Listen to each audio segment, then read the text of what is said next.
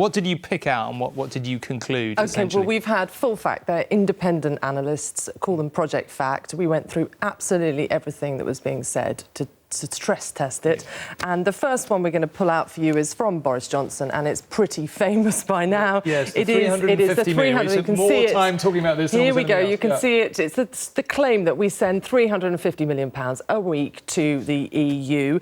It isn't true. It's £250 million, and that's partly because of a rebate that never actually leaves the country. And of that, £80 million is spent on stuff that happens in the UK, so that's agriculture and support to less well-off bits of the UK. It is still around £250 million, but that is not true. And he took not the figure on the bus, in short. It's not the figure on the bus, but that figure has not been removed. We've got 2 weeks to go, but there we are. So then the next one let's look at. This is from Remain, and this is Angela Eagle, and she said there would be a bonfire of workers' rights.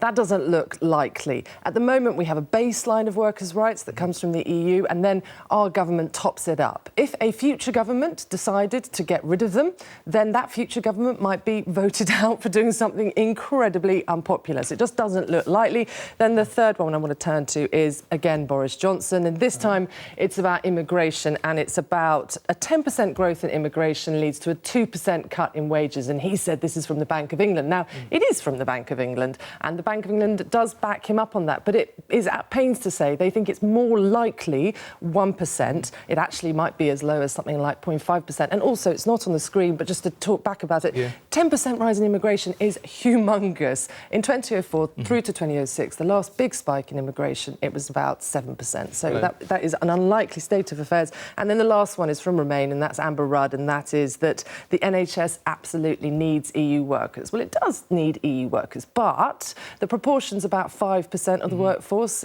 is from the EU. That's about the same proportion of EU people in the UK. So it's actually not out of proportion that the NHS needs EU workers. So some whoppers on both sides. And by the way, there were many more, and we just had to kind of guillotine it. A bit like the campaign, really. Yeah. I suppose let's just not to unfairly focus on Boris, but the 350 million. I mean, the UK Statistics Authority has ruled against them on that one. Is it just because they've already painted the bus that they won't change it?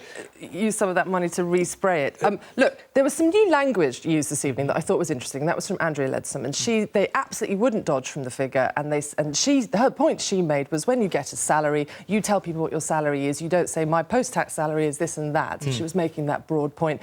More generally, they don't mind that they're getting attacked for this figure, because they think when you and I sit there and say it's actually £250 million, we're reminding the viewer that it's a lot of money.